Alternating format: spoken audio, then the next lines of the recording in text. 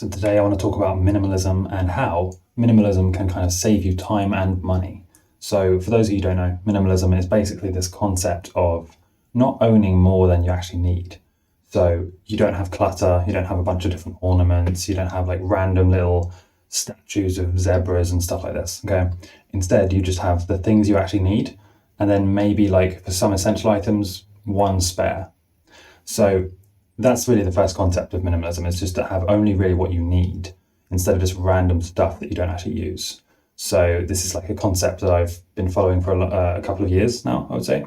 And it's really cool. It's really good. It saves you money and time. And there's different ways that it saves you money and time.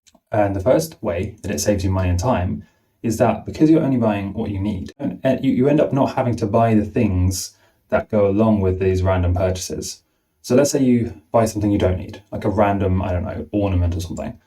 And then now suddenly you might have to buy like a stand to put the ornament on. Or you might have to now buy a bookshelf to put those ornaments on. And now the bookshelf doesn't look quite right, so you have to buy a lamp to illuminate the bookshelf. And then before you know it, you've bought like 3 or 4 different things that none of them you needed, right? And you just bought them because they add on to each other. The other thing is that less items and choices mean that you make faster choices. If you have a house, or a big house, let's say, full of millions of different things, it's going to be much slower for you to choose what to do and what items to use. This is particularly the case with clothing. So I've known people who have had enormous walk-in wardrobes with dozens and dozens of pairs of shoes, hats, jeans, clothes, and all this stuff. Imagine the brain power that you're wasting trying to figure out and coordinate an outfit out of these infinite choices every morning, when the alternative is just effortless. I don't know if you've heard of the concept of a capsule wardrobe, but basically a capsule wardrobe is where you have a few items of clothing and each item matches and goes with every other item. So you design the whole wardrobe as a capsule, like a collection. And the color palettes that you choose mean that you don't have to coordinate the items. You can wear any of the shirts with any of your trousers. You can wear any of the trousers with any of the jackets and the socks, shoes, etc. because they all go together. And this is a really powerful concept that has helped me with my kind of wardrobe, which is basically just very simple, no brands and flashy logos, just pastel colors, good fitting clothes, and a few simple things, right? It's very simple. It takes me 0 brain power to do because I don't have to coordinate any outfits. Everything goes with everything else. But imagine just imagine wasting brain power. Like the first thing you do in the morning is you're having to use your brain to coordinate an outfit, color schemes. Does this go with this? No, it doesn't. So maybe I'll wear these shoes. Oh, but I can't wear those because they don't match this.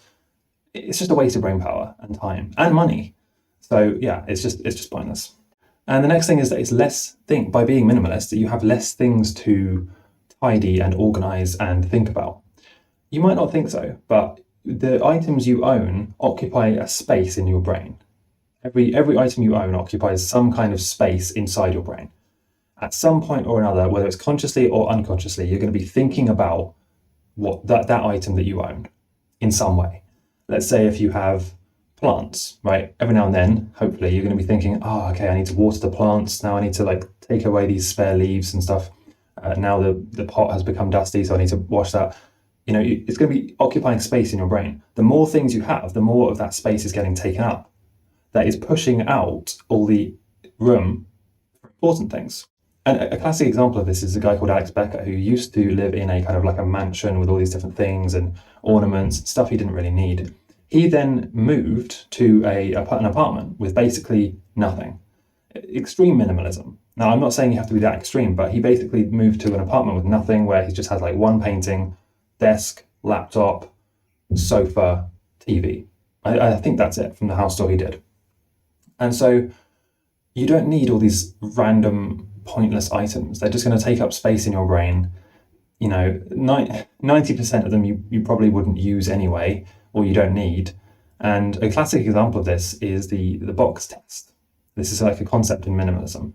When you move house, you pack all your stuff up into a cardboard box. And usually what you find when you move, let's say if you have loads of different items, loads of stuff, loads of junk, you move into a new house and you slowly start unpacking this stuff from the cardboard boxes. What you do is first, you unpack the items that you actually use, the important stuff. if at that point, when you've unpacked the first few items that you actually use, you wouldn't be able to name all of the stuff in your other boxes, because the chances are you don't need it. You don't use or need it. So you can do this without moving house. Just put all of your stuff, except the big things, in boxes, and only take something out of the box when you actually need to use it. And then look back after a couple of weeks and see how many things are still in those boxes. And my guess is that most of the things will still be in the boxes because you don't need them. And the chances are you couldn't even name every item because you don't care, honestly. But they are there taking up space, taking up time, taking up a place inside your brain. You don't need them. So that's it. That's my take on minimalist.